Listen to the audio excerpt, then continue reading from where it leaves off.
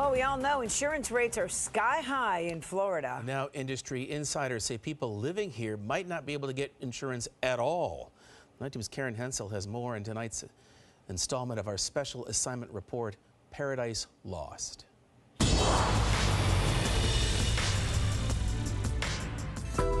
With insurance rates skyrocketing, many homeowners are making expensive repairs in hopes of lowering their bills. We have a new roof, we have hurricane windows and doors, and these are things that they look into, but they didn't matter. Francisco Ledetta says even after spending thousands of dollars, his rates are 4 times higher than they used to be. Not too long ago, we were paying $900, and right now it went to $3,600.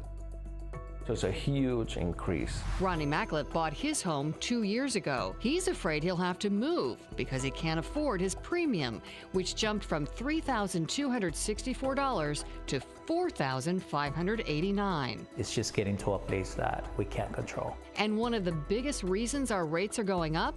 Hurricanes. And there will always be a factor in pricing. Hurricanes like Irma, Ian, and Michael caused billions of dollars in damage. Last year, 6 insurance companies didn't have the money to pay the claims from those major storms. Several others left the state or limited the amount of policies they would write. When we've lost these companies that have either gone insolvent or they've decided they don't want to do business in the state of Florida anymore, that's reduced competition. And reduced competition creates higher prices. I had some sleepless nights because I was not sure if I was going to find any or find any that I could afford. Walter Wyatt paid $7,000 for his policies with Citizens Insurance, which is run by the state.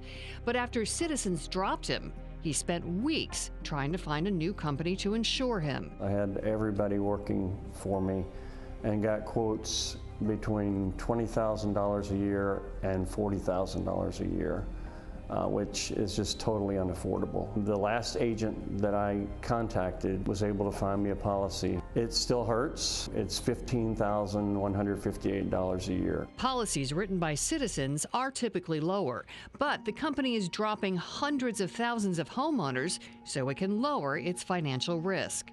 Ronnie just got his notice that Citizens won't be renewing him.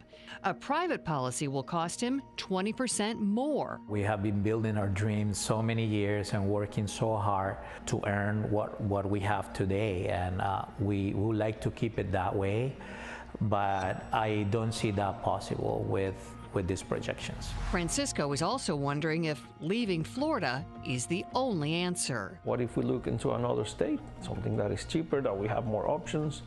And yeah, that has been on our mind. Some say Florida residents might not be able to get insurance at all. So I am concerned about the future of insurance in the state of Florida. There will be long-term consequences to the state if we don't figure out a way of hardening homes, preventing damage, making sure that the private insurance market's working.